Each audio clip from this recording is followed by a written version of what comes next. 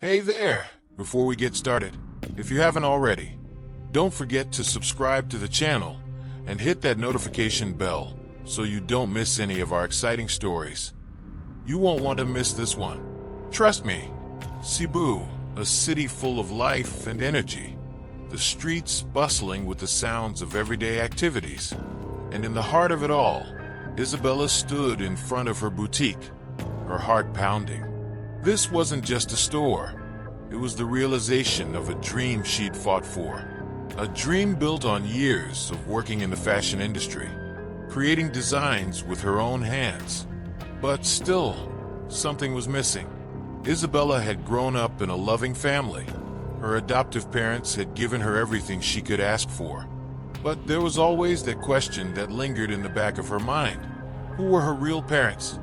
What was her story before they adopted her? The rain was coming down hard one afternoon, and as Isabella adjusted some new dresses in the boutique, the door swung open. A tall figure stepped in, shaking off the rain from his coat. He looked like he was in need of some shelter. "Sorry to barge in like this," the man said, his voice warm despite the chill in the air. "But I was hoping to find a place to escape the storm." Isabella smiled, feeling a strange connection right away. "No problem at all. Come in, please. You're more than welcome." He stepped in, taking a moment to survey the boutique. His eyes stopped on a dress near the window, its fabric catching the light. "This piece," he said, his voice filled with genuine interest. "It's beautiful.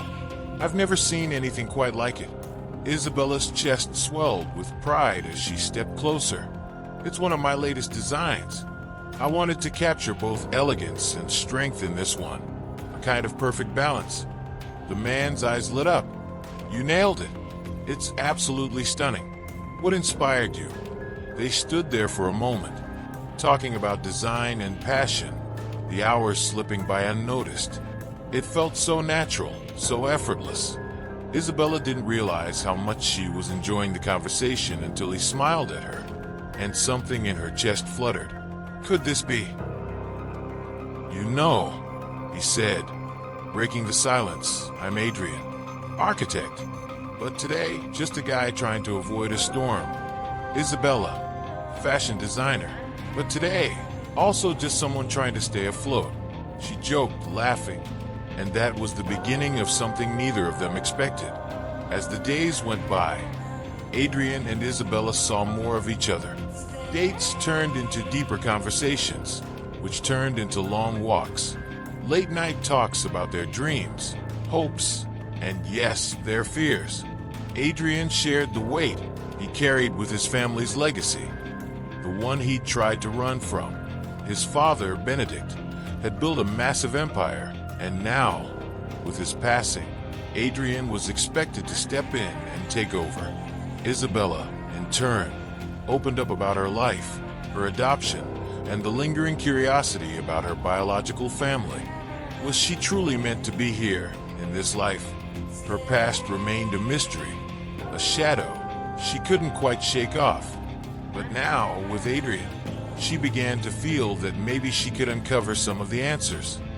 One evening, while going through some old boxes of keepsakes, Isabella found something that would change everything, a small locket. Inside it was a photo of a woman who looked almost exactly like her. Her heart skipped a beat. Was this her real mother? The woman who had given her up? Now, here's where things get really interesting. Trust me, if you're enjoying this, you won't want to miss what happens next. So, make sure to subscribe so you can stay in the loop. I'm telling you, the best is yet to come. The rain started to pour again one evening, and Isabella couldn't shake the feeling that her past was calling her. She couldn't just let it sit there. There was more to this, and she had to know. Who was this woman in the locket? Why did she look so much like her? She decided to hire a private investigator, a real professional, to help her uncover the truth. The investigator didn't waste any time. He dug deep into old records, piecing together Isabella's family history. And in the midst of all this, Adrian was dealing with his own storm.